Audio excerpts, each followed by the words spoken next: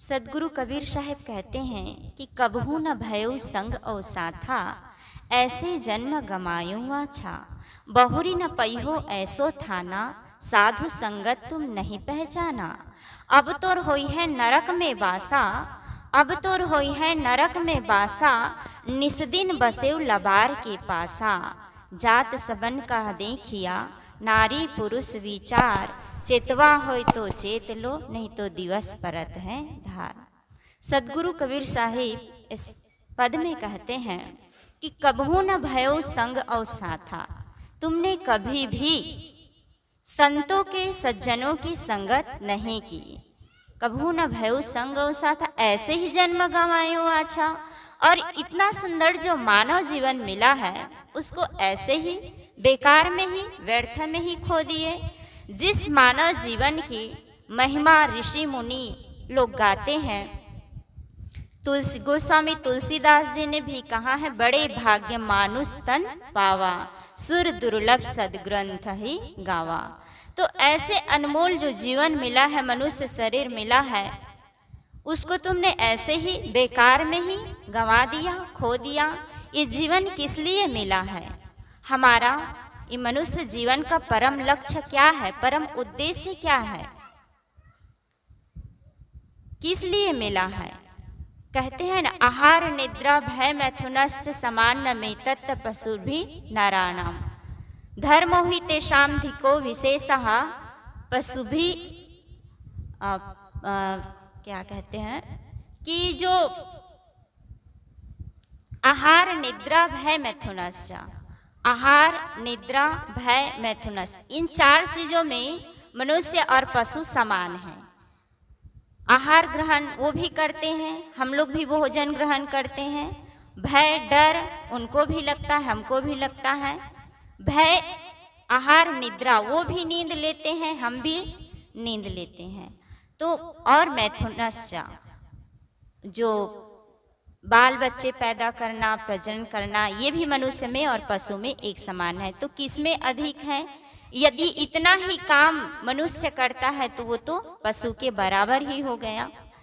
तो उसमें क्या, धर्मो ही तेषाम धिको विशेषः, जो धर्म है, ज्ञान है, यदि वो उसमें है मनुष्य के अंदर में तभी अधिक है, विशेष है, नहीं तो पशु के समान ही है।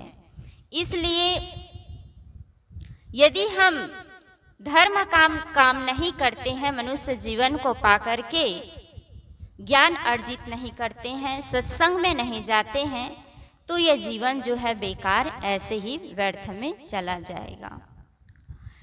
यह महत्वपूर्ण नहीं है कि हम कितने दिन जीते हैं, कितने साल जीते हैं, इसका महत्व नहीं है।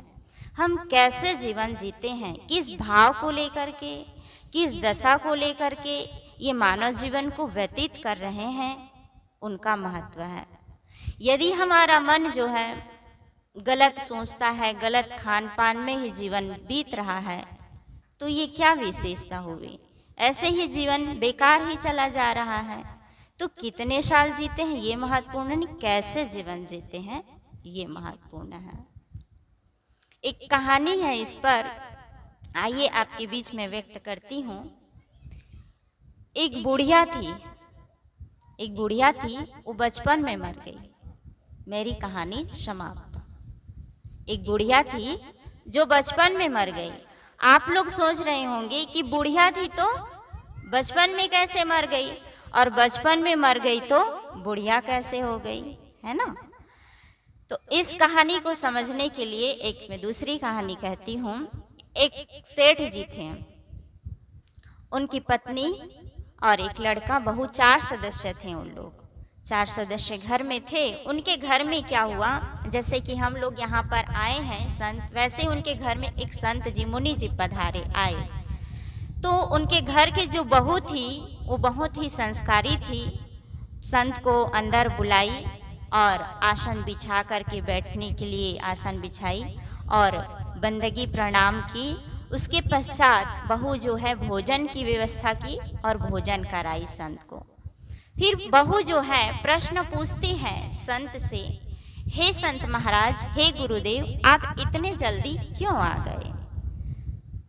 संत जी भी तत्वज्ञानी थे, वो भी समझदार थे। उन्होंने कहा कि समय का पता नहीं था। ये जो बात हो रही थी प्रश्नोत्तरी, उनके ससुर जी जो थे वो बिस्तर में लेटे हुए थे और सारी बातें सुन रहे थे। उनको बहुत बुरा लग रहा था कि आज पता नहीं बहू को क्या हो गया है। संत जी तो सही समय पर आए हैं, दोपहर का टाइम है, और ये बहू जो है कैसे प्रश्न पूछ रही है कि इतने जल्दी क्यों आ गए। और देखो संत को भी देखिए कि संत बन गए हैं, उनको भी टाइम का पता नहीं है, समय का पता नहीं है, कैसे जवाब दे रहे हैं। इस प्रकार से वो मन ही मन गुनगुना रहा है, मन ही मन सोच रहा है। फिर क्या हुआ, उसके पश्चात संत जी जो थे वो बहू को प्रश्न उन्होंने किया कि अच्छा ये बताओ बेटी, तुम्हारी उम्र कितनी है। तो बहू जो थी वो कही कि हे संत भगवान, हे गुरुदेव, मेरी उम्र ना अभी सिर्फ 5 वर्ष की है। कितने वर्ष की बताती है? 5 वर्ष की। बहू जो भी वो भी समझदार थी, ज्ञानी थी, संत जो भी थे, उन लोगों की वार्तालाप चर्चा जो है इस प्रकार चल रही है। इधर उनके ससुर जी लेटे लेटे भुनभुना रहे हैं, आज तो मेरी बहू जो है इनके दिमाग फिर गया है, ये कैसे कैसे जवाब दे रही है, उल्टा सुल्टा जवाब दे रही है, मेरी मान प्रतिष्ठा को धूमिल कर रही है। इस प्रकार से ससुर जी जो लेटे हुए थे उठ करके बैठ जाते हैं और फिर नेक्स्ट प्रश्न जो है करता है संत जो है, पूछते हैं बेटी अच्छा तुम्हारे पति जी की उम्र क्या है। तो बहू जो है बताती है कि मेरे पति जी की उम्र तो अभी सिर्फ 2 साल के हैं। कितने साल के? 2 साल के। मैं और पूछूंगी आप लोगों को बीच में, आप लोग याद रखिएगा। उसके पश्चात उनके 4 ही सदस्य थे, उनके सासू जी की बारी आती है। अब तो बहुत ही उनके ससुर जी हैं क्रोधित हो जाते हैं, तिलमिला जाते हैं, ये तो मेरे घर की पूरा मान प्रतिष्ठा धूमिल कर रही, सब गुड़ गोबर कर रही है। इस प्रकार से बहुत ही क्रोधित होकर के तिलमिलाते हैं और कान दे करके एकदम से सुनने लगते हैं कि अब इसकी क्या दुर्दशा करती है ये। तो बहू जो है कहती है कि मेरी सासू माँ की उम्र ना अभी सिर्फ 4 महीने की है, 4 महीने की। उसके पश्चात अब तो उनके ससुर जी जो हैं ये तो सबके दुर्दशा क्या कर रही है, अब मैं एक बच्चा हूँ, उठ के खड़े हो जाते हैं, गुस्सा से तिलमिला जाते हैं और लाठी लेकर के चलने लगते हैं, आने लगते हैं। तभी उनके भी बात जो है अब सुनता है कि अच्छा ससुर जी तुम्हारे, उनकी उम्र कितनी है। तो बहू जो कहती हैं कि मेरे ससुर जी ना अभी तो पैदा ही नहीं हुए हैं, ससुर जी पैदा नहीं होते हैं। अब वो लाठी लेकर के आता है कि मैं अभी बताता हूँ, मैं पूरे 80 साल का बूढ़ा हो गया हूँ, और ये मेरी बहू जो है क्या कहती है कि मैं अभी पैदा नहीं हुआ, अभी बताता हूँ कि मैं पैदा हुआ हूँ कि नहीं हुआ हूँ। इस प्रकार से वो आने लगते हैं। इधर संत और उनके बहू जी का प्रश्नोत्तर चल रहा था। अंत में संत जी एक और प्रश्न पूछते हैं कि अच्छा ये बताओ बेटी, तुम ताजा भोजन करती हो कि बासी भोजन करती हो।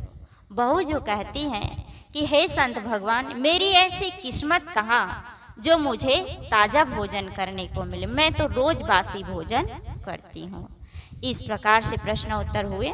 संत जी जो है अपने आश्रम चले गए। इधर उनके ससुर जी जो है आए और अपनी बहू पर बरस पड़े कि तुम संत जो है सही समय पर आए थे, तुम कैसे प्रश्न की कि इतने जल्दी क्यों आ गए। संत जी तो सही समय पर ही आए थे, जल्दी तो कोई सुबह सुबह एकदम से 6-7 बजे आ जाए तो जल्दी होता है, तो दोपहर के टाइम में आए थे।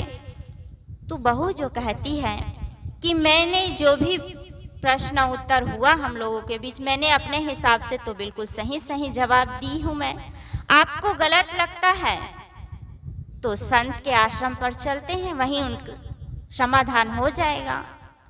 इस प्रकार से कहते हैं। तो ससुर जी का ठीक है चलो चलते हैं, तुम बिल्कुल गलत उत्तर दी हो।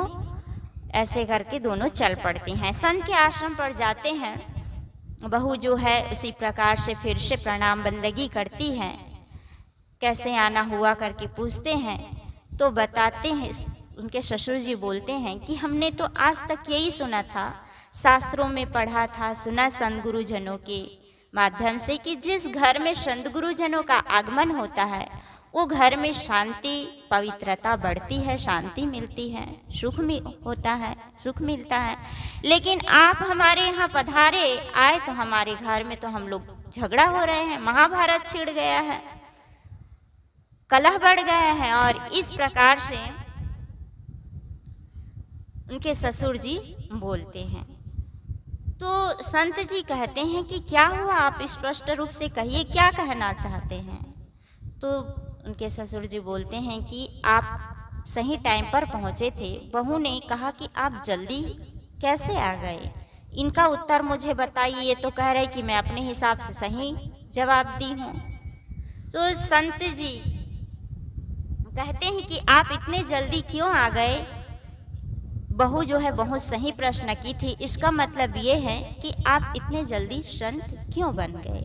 हम लोगों से भी कई लोग प्रश्न पूछते हैं कि आप लोग संसार तो देखे नहीं, कुछ जानते नहीं, कैसे मुनि धारण कर लिए हैं, वेश धारण कर लिए हैं। तो ऐसे ही देखो, एक तो ज्ञान जो है संसार को देख कर के बात समझ में आ जाती है। जिसकी दूर दृष्टि होती है वो संसार को देख कर के, लोगों को देख कर के समझ जाते हैं कि संसार में क्या मिल रहा है, दुख के सिवा, परेशानियों के सिवा क्या है इस संसार में।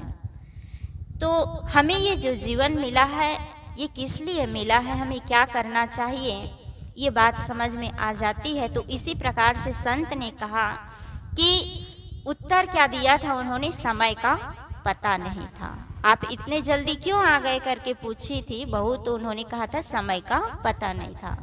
तो उनका तात्पर्य यही था कि आप इतने जल्दी संत क्यों बन गए।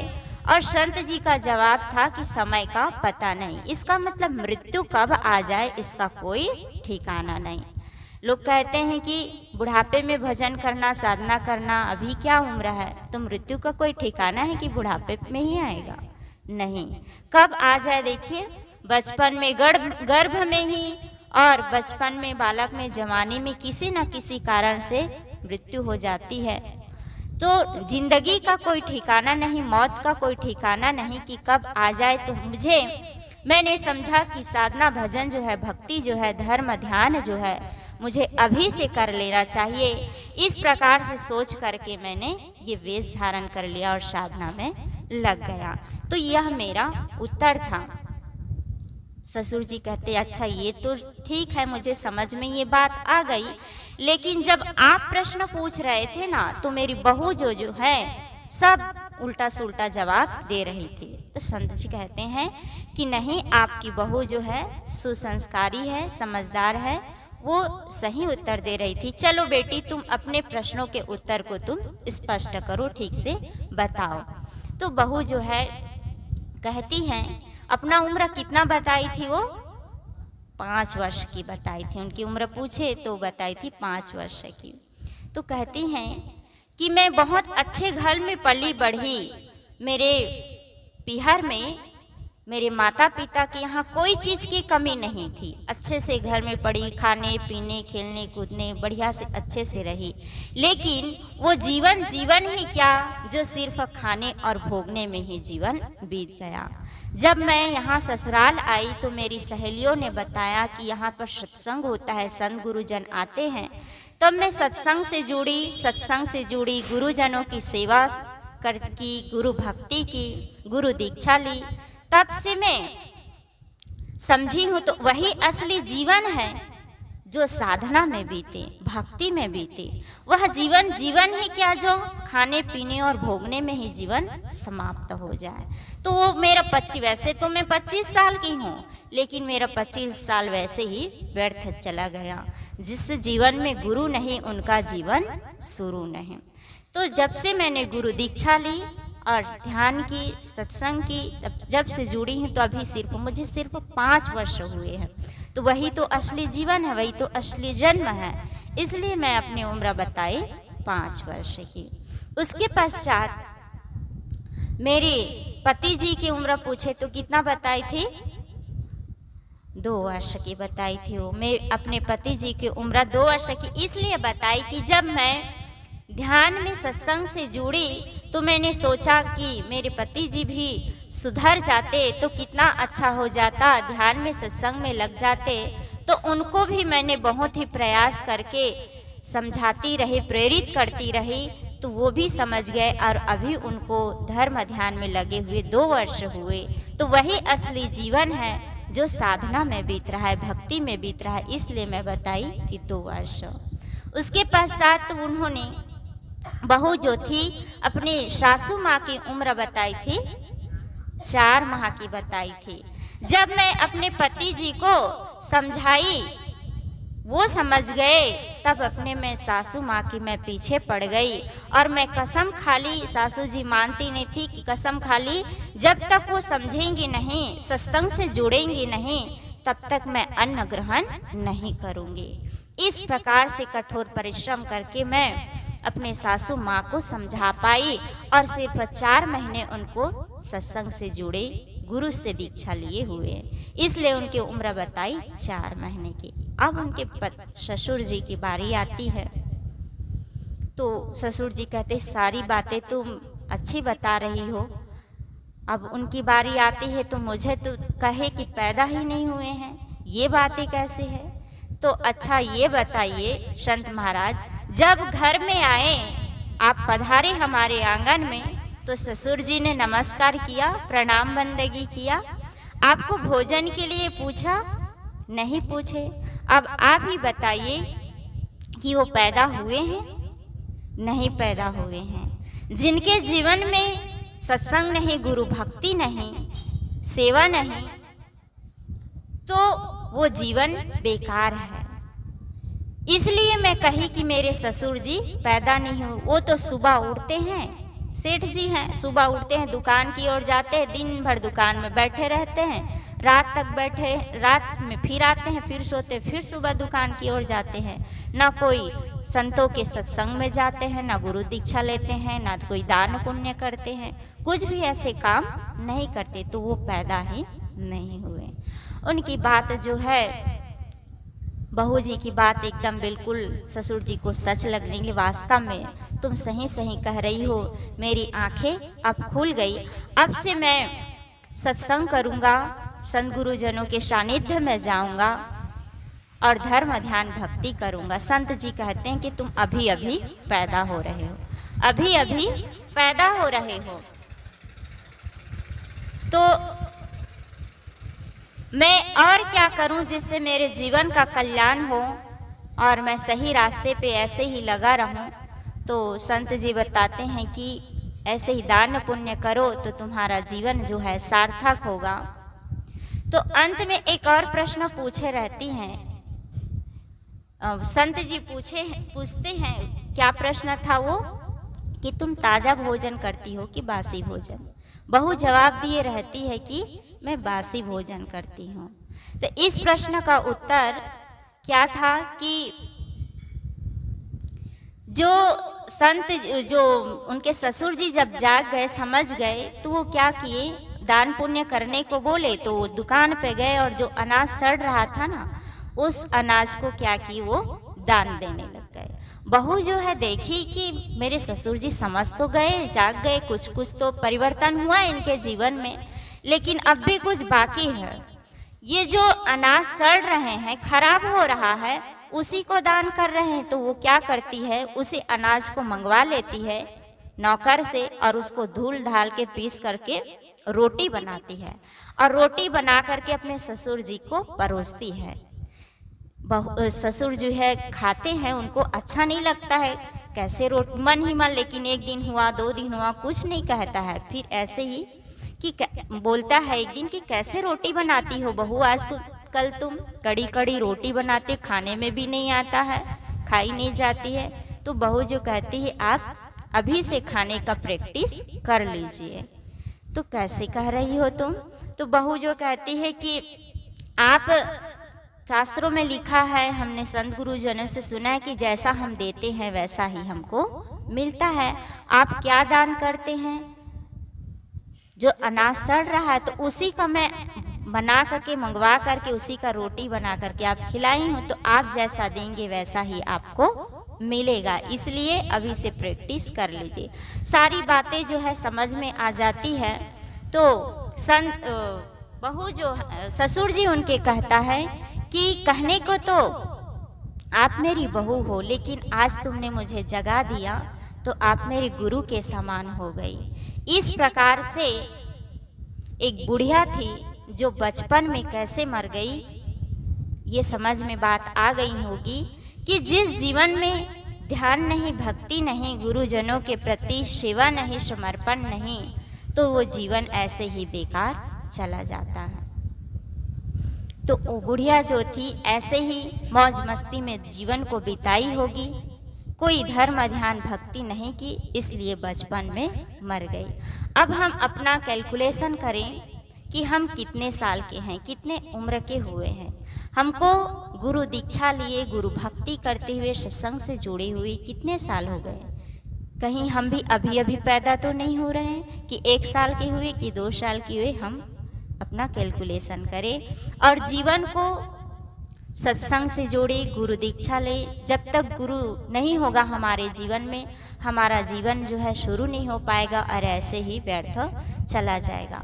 तो मैं कह रही थी सतगुरु कबीर साहिब के वाणी के माध्यम से कि कबहू न भयो संग और साथा, ऐसे ही जन्म गमायो आछा। तुमने कभी भी संत गुरुजनों की सत्संगति नहीं की, क्योंकि जीवन में सत्संग का, संगत का प्रभाव बहुत पड़ता है। जैसा हम संग करते हैं वैसा ही रंग चढ़ता है।